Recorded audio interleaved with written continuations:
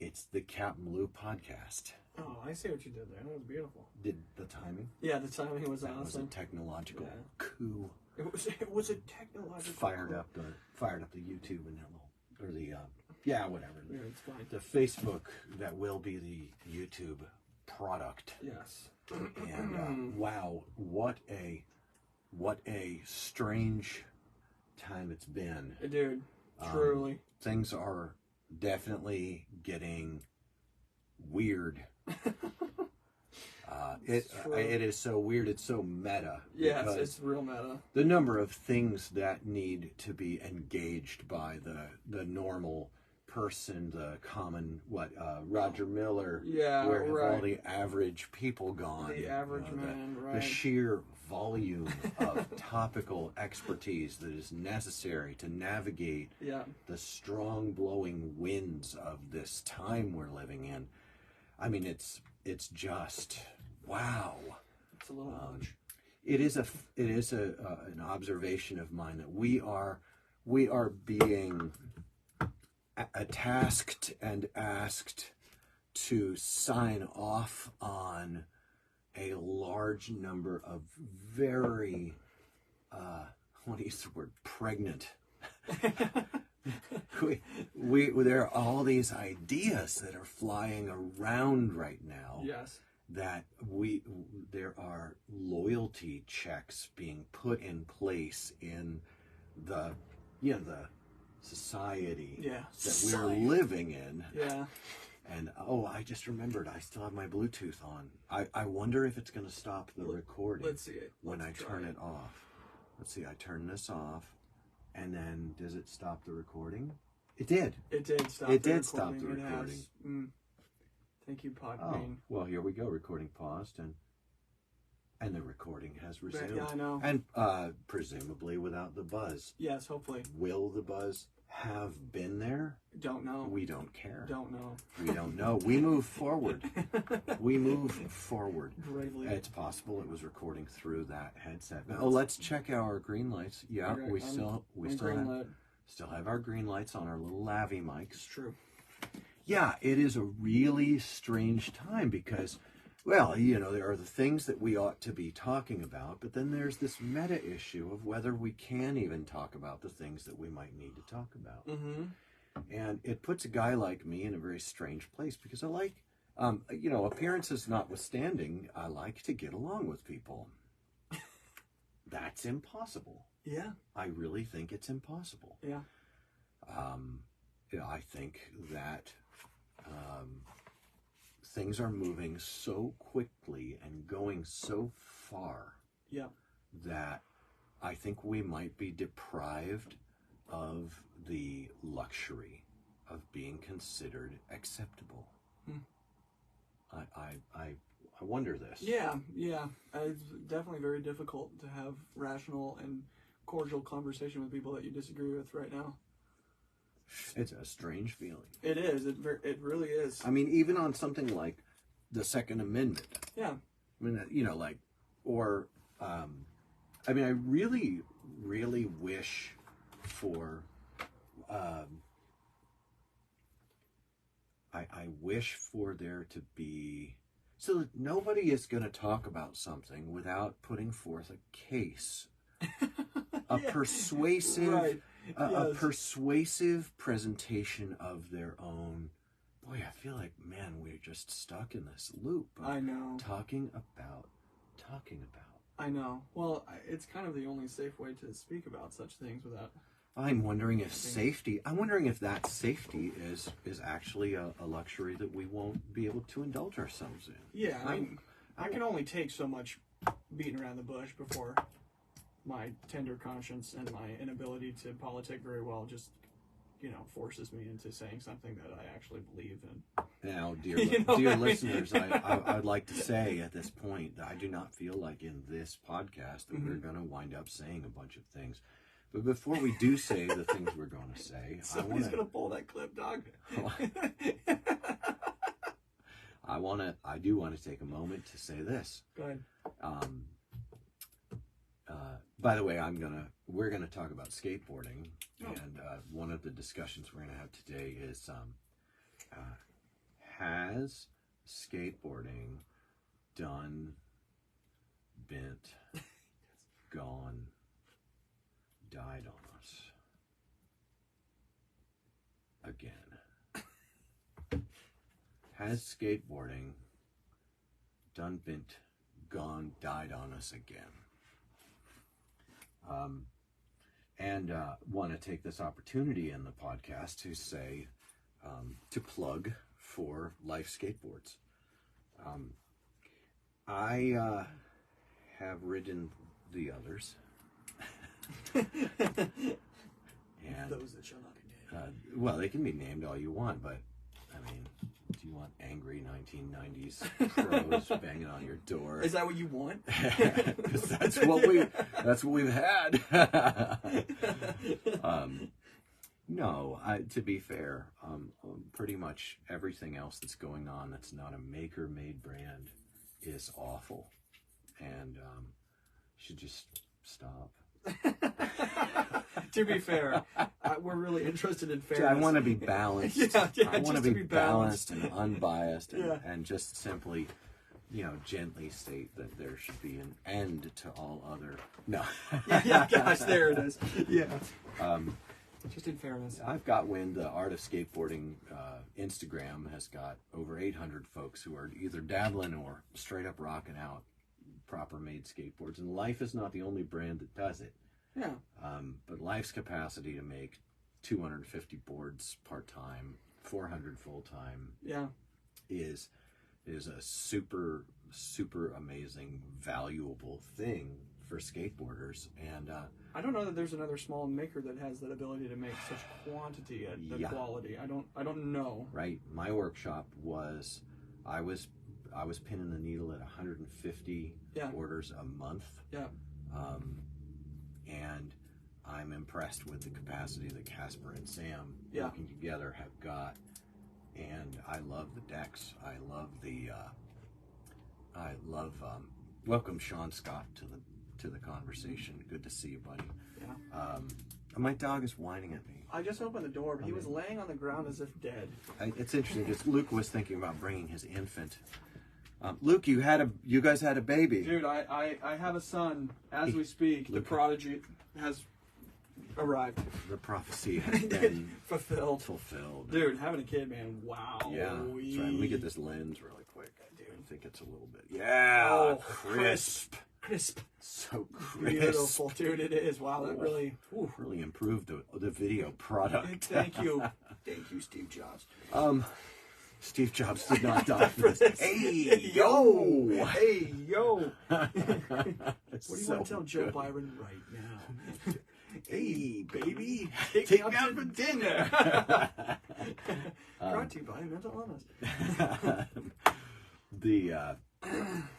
Luke and I have been going out now and then to skate parks. It's warm weather. It is. It's lovely.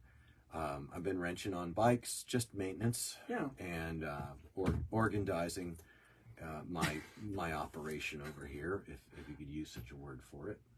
It's a shed. Yeah. And it's an oasis. It's an oasis of sanity in an insane world. Yeah. One man. And his friends. Yeah. And his wife. And a dog. If you squint, it's mint. Heck yeah, dog. I want a t-shirt so bad. That's awesome. Yeah, I love that saying. I do try and do my work squared away, since now I am only working on my bikes.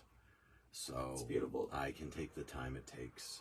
I'm really happy with that. Yeah, I'm zealous for that for myself as well. Yeah, Luke and I were talking earlier about building a tool, but to sum up. Yeah, go ahead.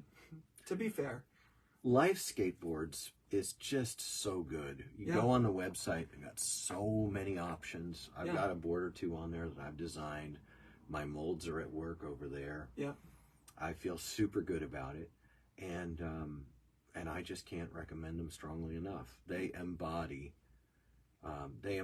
all of the best of this dumb, crazy thing that is skateboarding. Yeah. And I really think that our listeners, really should just get on there and spend some hard-earned American coin on a life skateboard absolutely as soon as and as often as possible. Yeah. I really feel this way. No, I do too. I do. Yeah. And I, you know, like, there are not a lot of things that I'm going to feel great advertising, but this one is... Oh, yeah. Double thumbs up. It's for realsies. Oh, yeah, for reals. It's for reals. For realsies, my guy.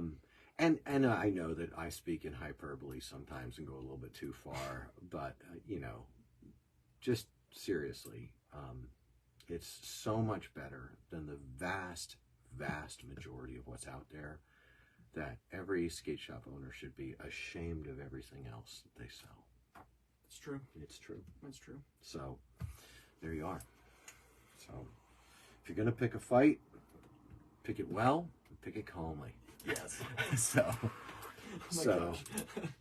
has skateboarding done Bint gone died on us again?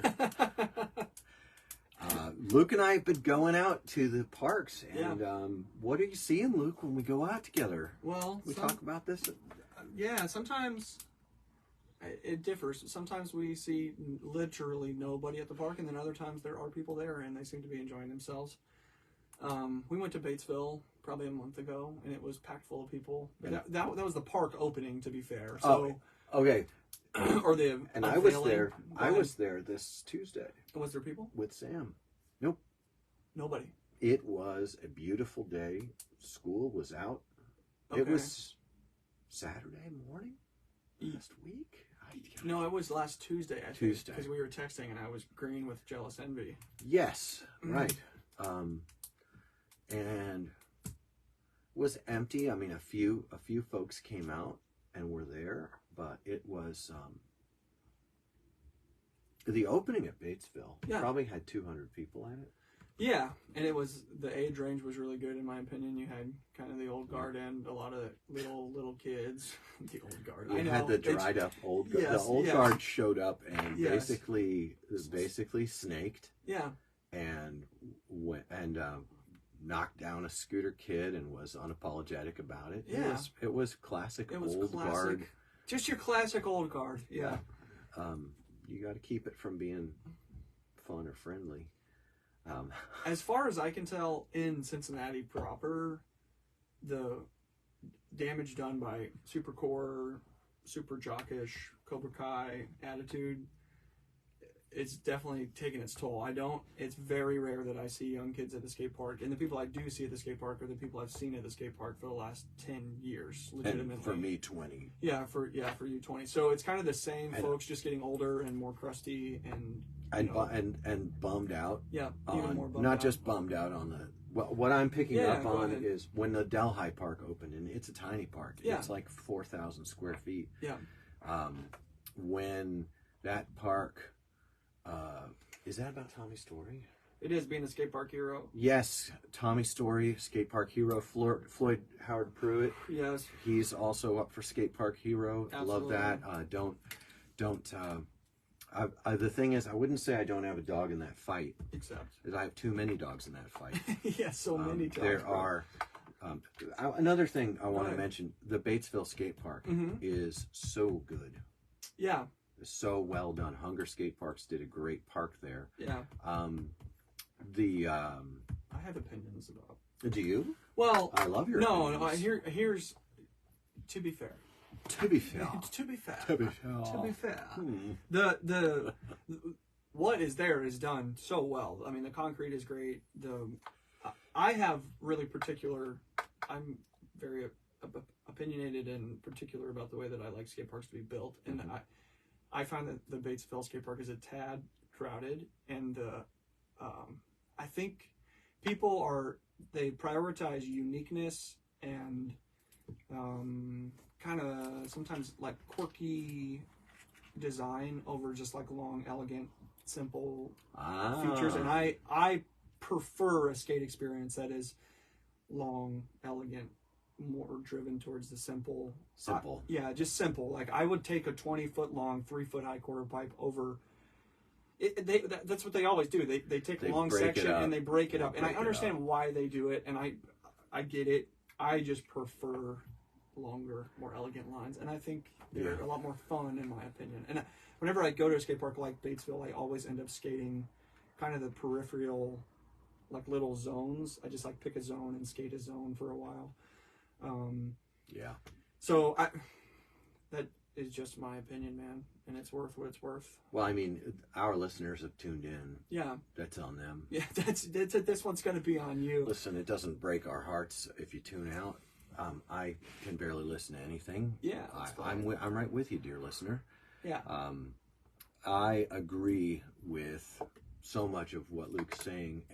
It's gotten to the point where when there is something I can enjoy, I just really go with it. Yes, I really do. Agreed. And Batesville is an easy park for me to do that with. There's so many things that are done really well at the Batesville Park. I agree. But what I've been noticing over the last, we have a clip on the Tik-Tok where we show up at a park. It's a 70-degree day in November. It's a Saturday. It was a Saturday. It was a Saturday, and we're like, yep, well, here you have it again. It's an empty park. And yeah. Even the opening at Batesville, 200 people at an opening when the Delhi Park opened, and it's just a smidgen. Yeah. There were over 750 people there, and there were over 400 skateboarders. Wow.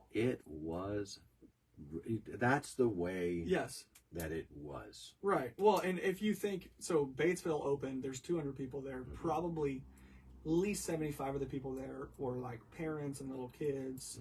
So you get 125 skateboarders there, and a lot of them were traveling. Some of them were traveling over an hour to get there. A lot of them were coming from Cincinnati proper, which is 40 minutes away. Yeah. So, if you put it, per capita or into perspective, it's really not that many people. So it makes sense that, we went to Delhi last weekend or the weekend before last, and it was a Sunday. It was absolute empty. Tumbleweeds. It was insane. and we arrived there, and not only was it empty, but the vibe that I was feeling was like San Francisco at like 8:30 at night. It was I met that experience with personal sadness. Yeah, sure. Because I feel like skateboarding's media has done a tremendous job at driving away children. Yeah. The kids that were there were either there's two on scooters, and one kid that was there after the people on scooters left was on a bike, little push bike with his dad. Right. And the kid with his dad was awesome. Absolute joy. Yes. He was 3 years old, and he was absolutely grinning ear to ear, making noises. Yeah. It was like one single tear. Yeah, it was really, there's always something, people are amazing and horrible and beautiful and terrible, and so there's always plenty going on. Yeah. But I've begun to see a big difference between, like, there aren't team demos. The local sponsored teams that we've had for so long, like brand teams, it isn't there. It's not demo style. It's a weird party culture thing, and seems like their gift or their contribution to the skateboarding community is something along the lines of, we're much cooler than you are. Yeah. But I don't even think we have a brand or a team around here anymore, as far as I can. We definitely have a shop. We have two main shops. Well, Blacklist Board Shop has a spot on McMillan, which is. Are we like counting decks? Is it McMillan? Yeah, it's like. It is. It's McMillan over near the pizza place we used to eat at. Yes, dude. That was great. Yes. Remember that night we drove bikes in the rain and you didn't have a front fender? Yes. And we went to sleep at like 1 a.m, and then got up at 6 and drove all the way down to. Did you see that rooster tail? Yeah, it was insane. I was driving. I was behind you. Yeah. Were you in a car? No, I was on a bike. With a fender. It was with a fender. It was. Thank God. Absolute downpour, and I had a rooster tail on my front wheel because I didn't rock a fender. Yeah, and was blasting you. So what? Yeah, I think that you had somehow set up like a kerchief of some sort on the front fork, and it was like blocking your face. Affixed a bandana or a shemagh on the front, which is that's what we do. Yeah. And it moderates the hydro blade. Yeah, the hydro blade. Yeah, it moderates the hydro blade. Yeah. You're not catching the same amount. Yeah. But when you're riding in the rain without a fender, you're just going home, it's torrential rain. I mean, so torrential that, like, highways were backed up past the on-ramps. Like, it was a real big deal. And we were just bopping through Clifton on the way back to Northside. We had to take all the kind of back roads home, as I recall. We did. To get home safely. It's a 15-minute ride. Yeah, it really wasn't that big a deal. You're riding and you just take your head and you put your head over on one side so it's slicing your shoulder, and what you get is a flow of water. Yes. Cleans the groin. It just washes. Just washes the groin. You've got road. There are solvents on the road. That's actually cleaning your body. That's cleaning your body. Yeah. That oily and gritty residue. Yes, exactly. That's the feeling of clean. That is now the new clean. That is. So it like kills all the bacteria down there. It's probably great for you. But we went down, as far as I remember it, didn't we go down to an event? It was the opening of Hernando, yeah. It was an opening of a park, and I still think that skateboarding and skateboard parks are like a #1 best activity for growing people. Absolutely. I really think that. Yeah. And I'm really glad that skate parks are still being built. Yeah. It rankles a guy that they're not packing out and being used as much as I have seen them. I would have wished for this to grow. I'm certain that in other areas of the country it's different. Yeah. I'm certain that folks in Texas and Colorado probably have a very different experience, but we're witnessing boots on the ground in the tri-state area. Yes. That's Kentucky, Indiana, Ohio. Yeah. We're witnessing what we can only describe as a contraction in interest.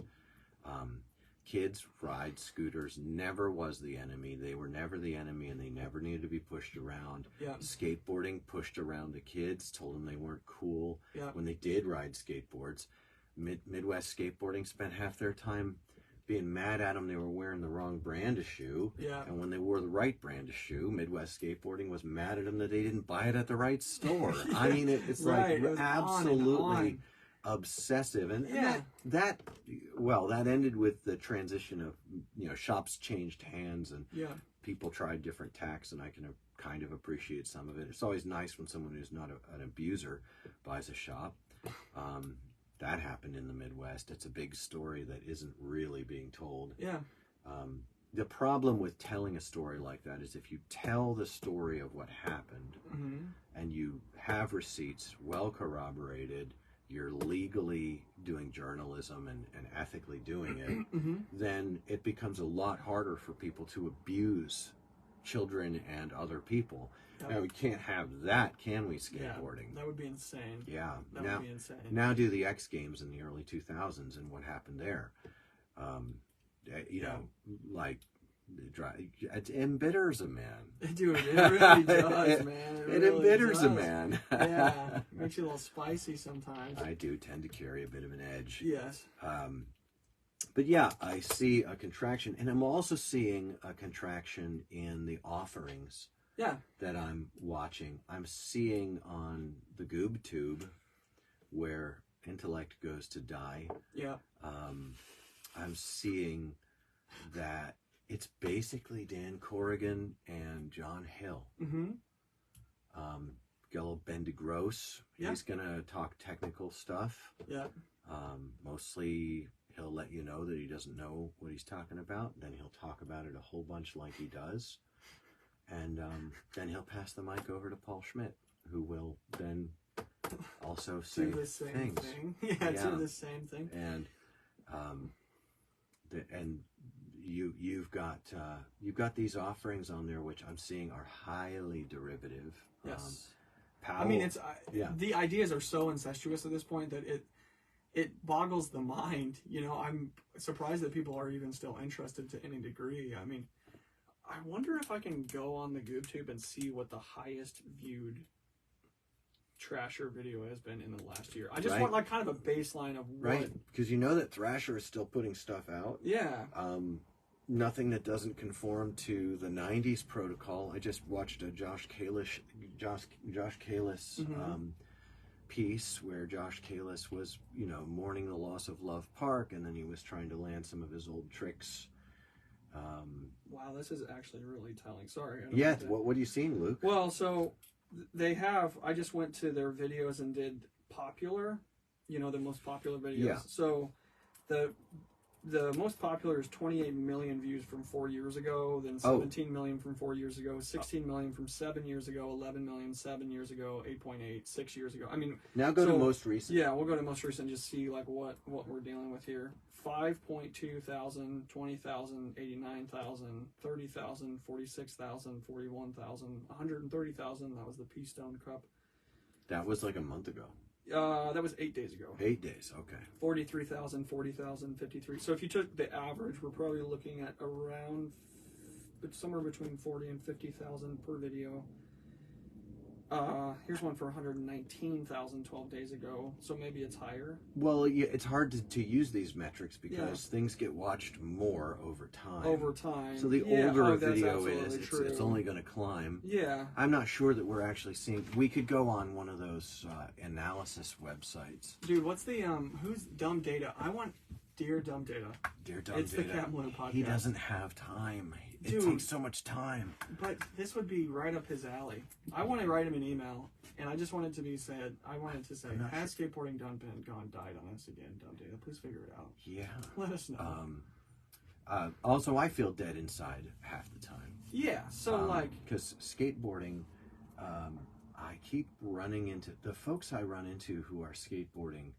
Almost all of them have a misty-eyed, nostalgic commitment. And the commitment is pseudo-religious. Mm-hmm. And what I keep running into is this idea that somehow skateboarding is so terribly important. Yeah. And it wears me out because, no, you are important. Yeah. And I know that skateboarding might help you, and there's a great importance there. Yeah. I hope that you're not using skateboarding to help yourself when you probably would be better helped. Mm-hmm. And there's an economy there. Yeah. I want you to be helped betterer. Yeah. And morer. Yeah, more betterer.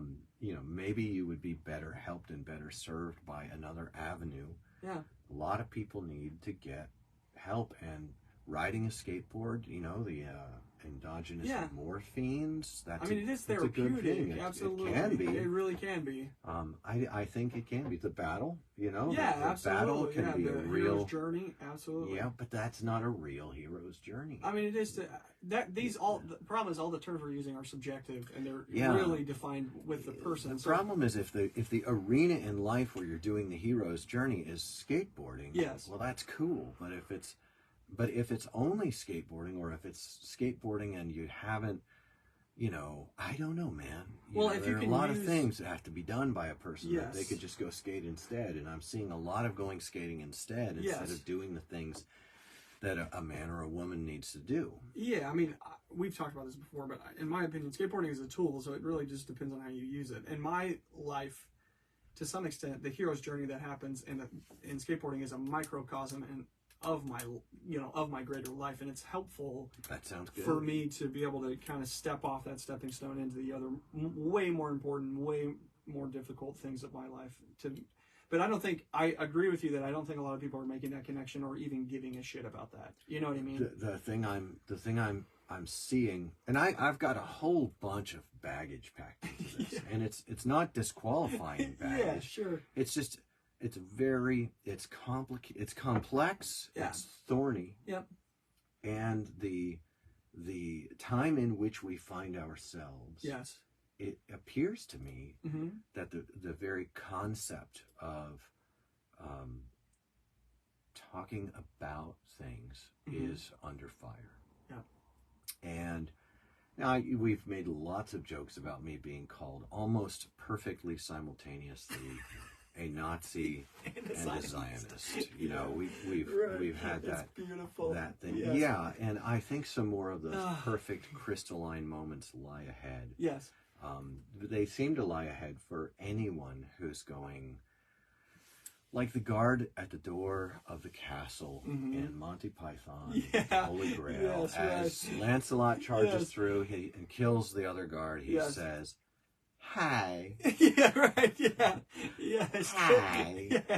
Yeah. No. Yeah. It seems really likely that a guy is just going, "Hey." Right. Hey, get wait. Him. Right. And then there's this "get him." Right. And a guy thinks, well, maybe you know, maybe I will. Maybe I'm going to get got. Yeah. You know, maybe I'll get got. Maybe we'll get got. Well, and depending on what arena you're in and how stubborn you are or how willing you are to be in the fray. I mean, some of these things are actually pretty life-destroying, you know? I mean, straight up. There are several trajectories. We have spoken about the consequential nature of a thought paradigm shift to post-modernity. Yeah. And we've mentioned Foucault, and we've just skipped cursorily over. Is that a word? Yeah. What does it mean? Cursory. Oh, cursory. It Okay, means, sure. Superficially. Yeah, sure. We have superficially skipped over, you know, having said we really would like to discuss queer theory, gender theory. We'd really like to have substantive contribution to what we're seeing as a cultural transformation that is happening and is of high consequence and of high significance. And it holds particularly high consequences for the young. Do you think that we could talk about it in such a way that we wouldn't commit like a mortal sin? You know, in the eyes of one side or the other? Yes, like no, just I don't. venial. I like, don't. Can we just stay in the? Yeah, okay. I think it is. I tend to agree with you. I think it is unforgivable. Yeah. I do. I'm seeing America went through this thing with the COVID-19 and all that stuff. Yeah. And with the COVID. Yeah. And what I saw and experienced there as a pretty happy-go-lucky guy. Yeah. I looked at CDC. Yeah. I looked at Johns Hopkins. Yeah. I looked at what the percentile risk of imprisonment and dismemberment was. And I made a decision for myself in conjunction with two medical professionals who oversee me. Yeah. Okay. And I thought this is fine. I thought it was fine. I thought that's fine. I just through the pleading and that, like, I was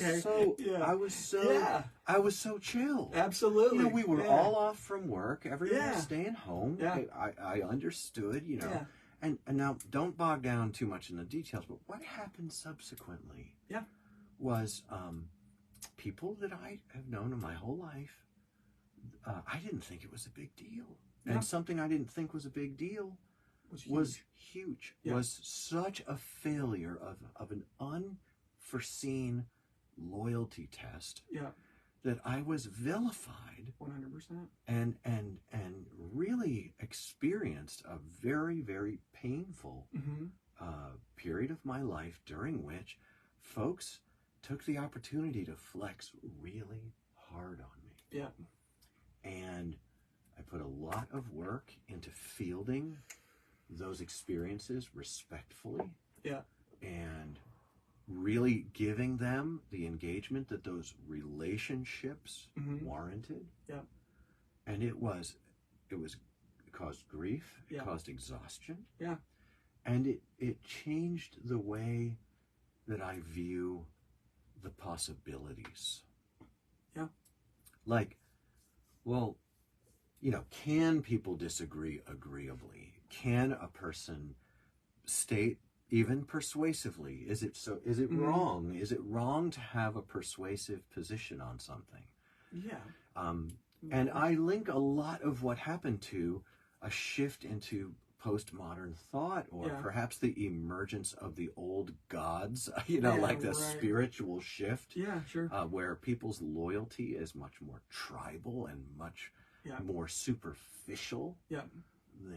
Or much less official. Sure. Anyway, much less official. Much less profound and more superficial. But I watched this tribal, and I watched it too with the advent of orange politics as the people tribed up. Yeah. And I refuse to neglect learning from people I disagree with, and I refuse to turn away from growing by having difficult disagreements. There are certain things that are very, very important, topics that are very, very important. Yeah.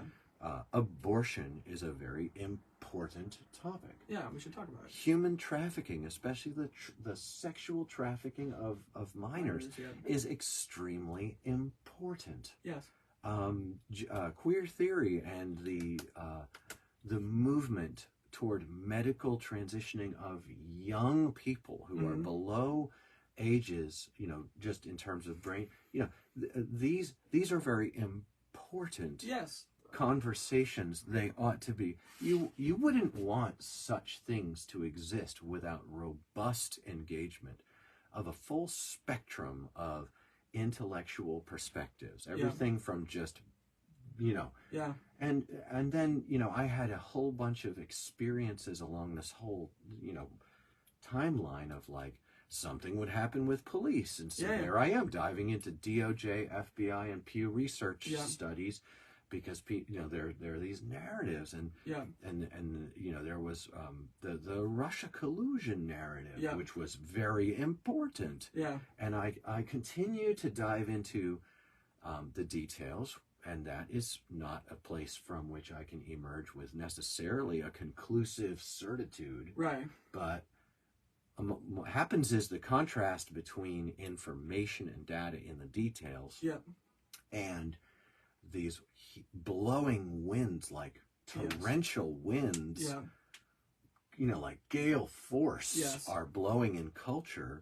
And I find myself standing against so many of these winds going, hey, hey, right, hold up. Wait a second. Hold up. Wait a minute. And the thing is, though, it's not a rare thing for societies and cultures to be carried along by very bad ideas. Yeah. And I'm looking at tribal affirmations of ideas, and I'm wishing for there to be a capacity within our communities for robust, engaged discussions. And and you know what? It's never been like that. I'm being idealistic, I think they're really good ideals. Well, the other thing that I really noticed, and if we could all take just a second and take a step back, I feel like all of these issues kind of were coming to the surface around 2015, and really far earlier, but 2015 is really where it began. We had the orange politic deal, and they began to really gain inertia, and I recognized something strange was happening kind of at the beginning of COVID.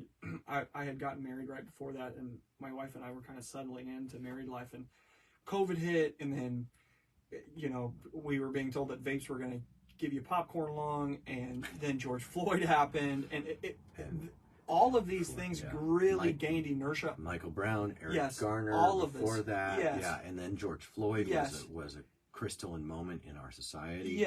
And they were happening in such quick succession, and the ideas, at least for me, were complicated enough that it would take time for me to understand what the argument was, understand what was happening, understand all the details, and then come to any kind of conclusion. By the time you'd done that with one, it was like a hydra. There was like 3 more issues that, society was telling everyone that they were moral issues, at the heart of them. This was about whether or not you were a good or a bad person based on, what you thought about each issue. And they were happening so quickly, and they were all gaining inertia, both within themselves and then within the system, within the societal framework.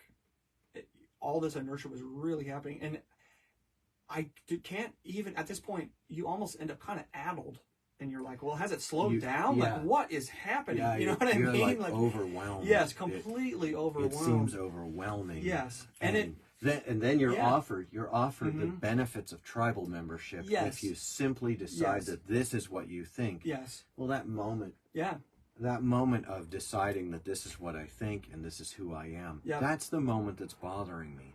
Yes. It's really bothering me. Yes. Because concurrent with this is I think it's called the Smith-Mundt Act. Okay. It was passed in the 2010s. Okay, I'm gonna look it up. Just 2012. MUNDT. See if it's called Smith-Mundt.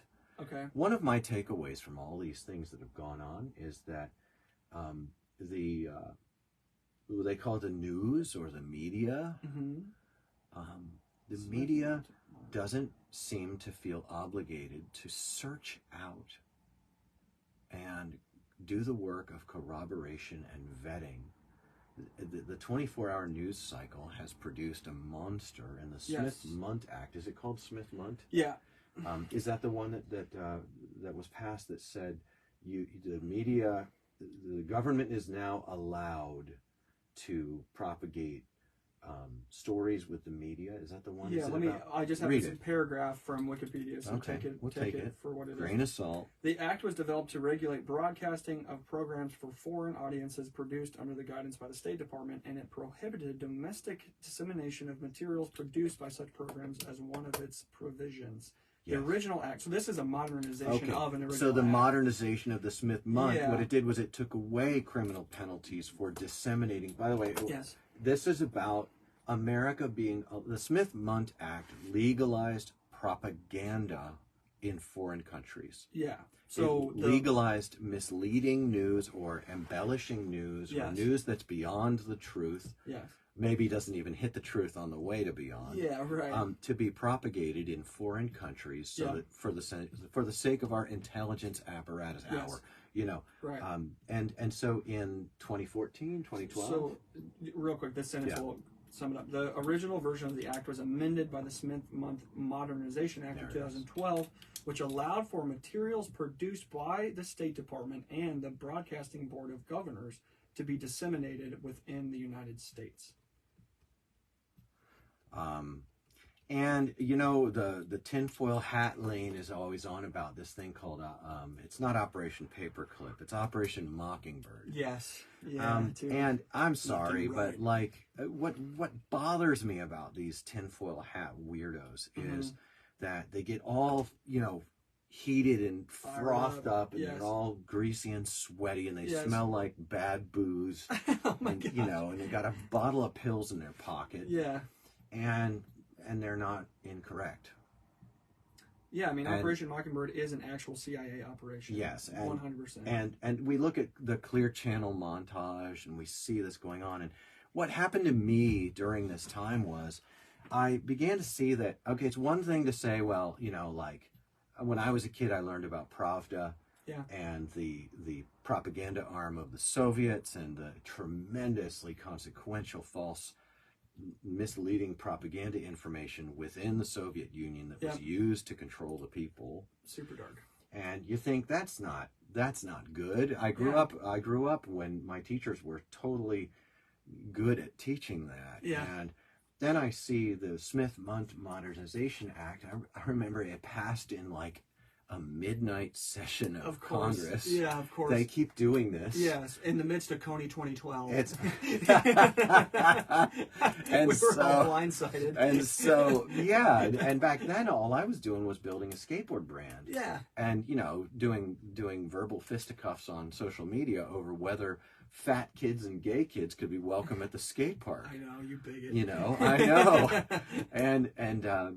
So now the problem is I'm looking at this confluence flowing together of these things and this the experiences I continue to have. It's a weird thing to be called some sort of science denier and a racist. Yes. And to get called a racist because of what are presently, these are opinions. Yeah. this whole show is opinions. Yeah.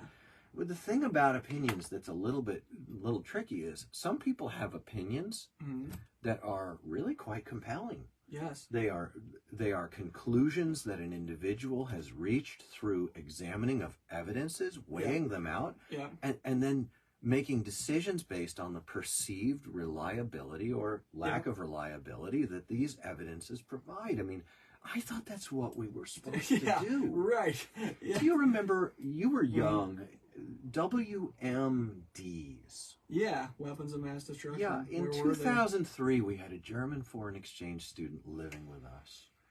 And I watched, it was post 9/11, 2001. Yeah. And I remember saying, like, dude, like, it's going to take a while to figure out who did 9/11. I mean, you can find a passport open on the ground all you want to after a conflagration like that. Right. But that's, you have to have you have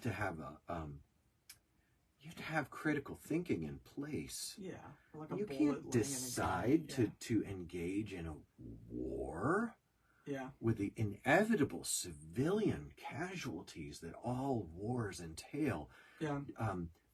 And it was so charged with jingoism and yellow journalism. And I remember in 2003 thinking there's got to be another bunch of ways forward for a people besides just starting another war. And of course, I think a lot of well-informed people would be like, oh, Lou, you babe in the woods. Yeah, right. These wars were never about this or that or the other thing. But I don't have clearances. I know. I'm God's kid. Yeah. And I'm sitting here and I'm watching. We've got this practice in our culture of we've got these practices that are highly consequential. Abortion. Yeah. We've got human trafficking. Yeah. We found out about sex abuse in the Catholic Church, and then we found out about the youth ministers and the ministers of the Protestant Church. But outstripping them all with no fanfare is the public education system. Yikes. The rate of sexual assault on children in the public education system is absolutely enormous, even when compared with what's been found out, which always there's more. Yes, right. You know, about other things, but we're done. We didn't do anything. Yeah, we really, in my view, we haven't really done anything, and it continues to just roll on, chomping up our kids. Yeah, we have very strange things. It seems like America has. I see there's been a wholesale abandoning in the mainstream and in academia of the definition of important words. Here's a consequential word. Yeah, it woman. doesn't mean that anymore. What is a woman? Yeah, like you. I guess this podcast has to be taken down now. You know. But this documentary comes out, and Elon Musk fired everyone involved with it. They pulled it off of Twitter after committing to have it on, and I don't give a crap about Twitter. I think it would be great if everyone got off this crap and stopped doing this. You know, the ability to say what you think sounds great, but that's bad for you. It says, do you see a person who loves to share their own opinion? There's more hope for a fool than for them. Yeah. And here we are. Well, I mean, ironies abound. Yeah, the ironies abound. Ironies. That's why it's for what it's worth. It's on you. You're listening. Yeah, right. This is on you. You bum, bro. As far as I can tell, there probably no one is listening because we've had a hiatus because there was a baby born. We got a baby, dude, and he's little. So he's so small. He's so cute. little and cute. Dude, he's adorable. He can't even hold his head up though. Dude, he almost can though. He's an absolute unit. Get him a couple of kettlebells or something. Dude, he's gonna be cranking down in the gym with me at like 7.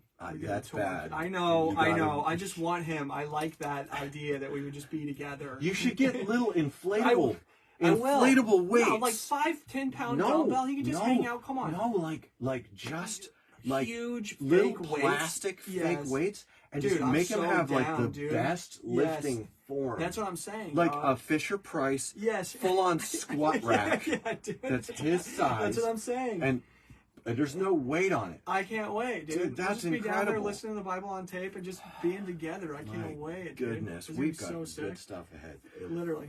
So, like all of this to say, I feel very little hope that we could offer more to the conversation than your favorite democratic socialist or right-winger. Yes, right. Because they're both doing this. The overlap of the Venn diagram is where I think most of us live. Right. Well, and I really think if I can put myself in the shoes of a listener, that would be insane. So you're putting yourself in the shoes of 12 people. Yes, of 12 people. Yes. If I could put myself in the shoes of Sam Cooke, maybe it would be...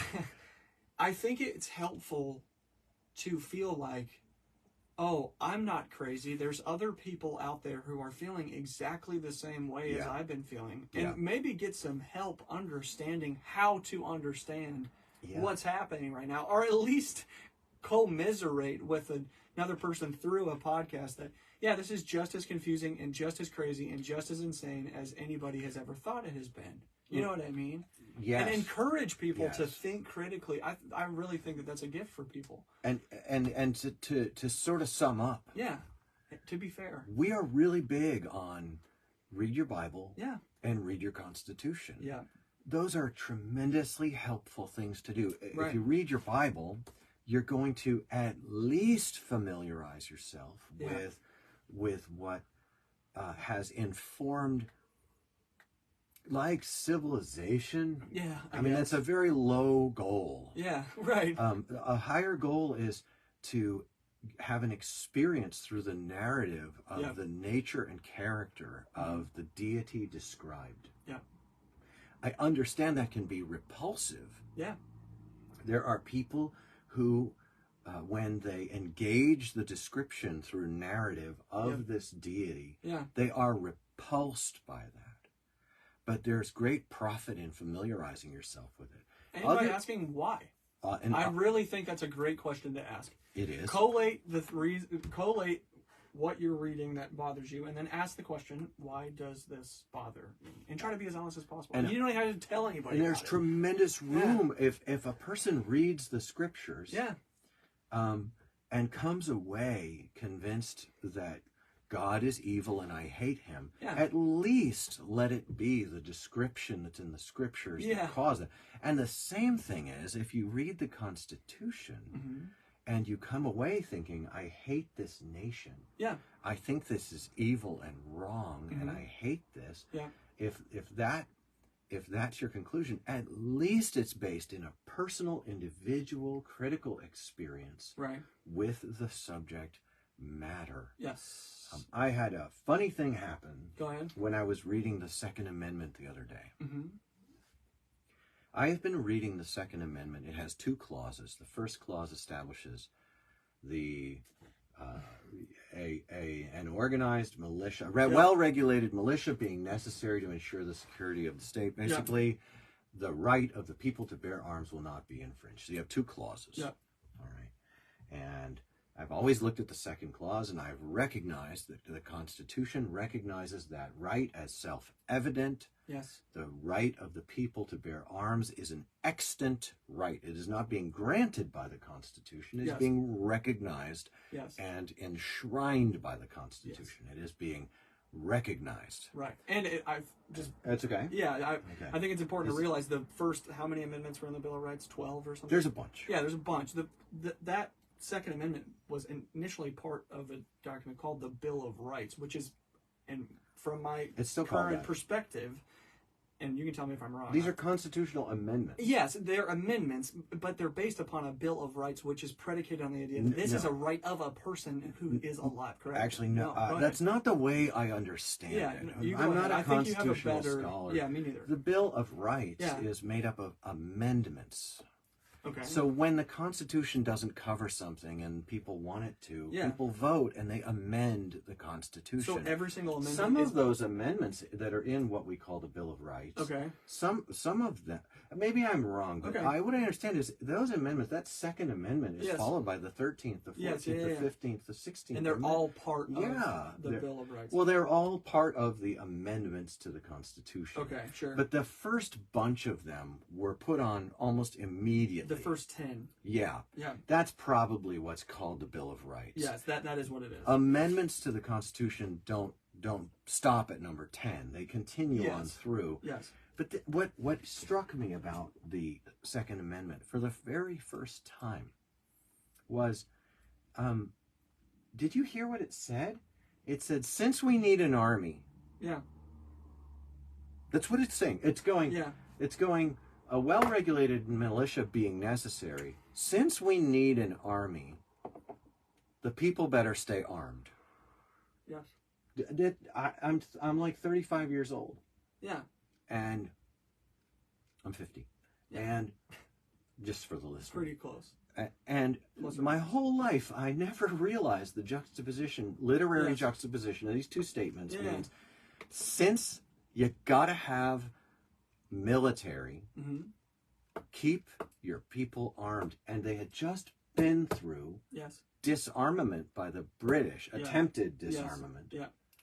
And they were saying, since we're going to have to regulate a militia, and we know tyranny is a big problem, the people should keep up in armament. Yes. That is not a stretch. That is not only implicit, that's actually pretty darned explicit. Yeah. And I'm sitting here and I'm thinking, you know, the learnings don't stop. Now, somebody will cite a paper that was written that disproves that, but there was a paper that was written that really supports that. It's called the Declaration of Independence. And in my little pocket copy of the Constitution, they come together, and I see that they're very important. The intention of the... Now, if you don't like it, then get to work. Yeah.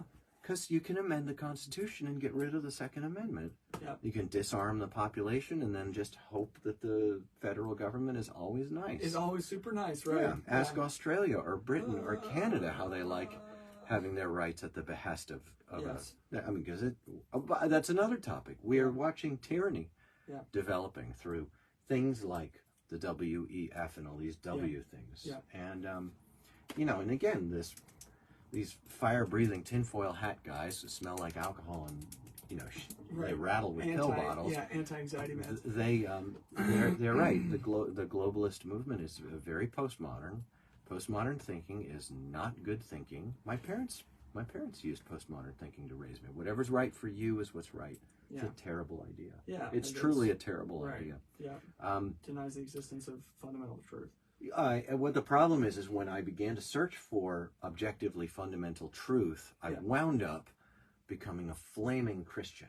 At the feet of the cross. I did. Yeah. I wound up attached firmly around the ankle of the man from Galilee. Yeah.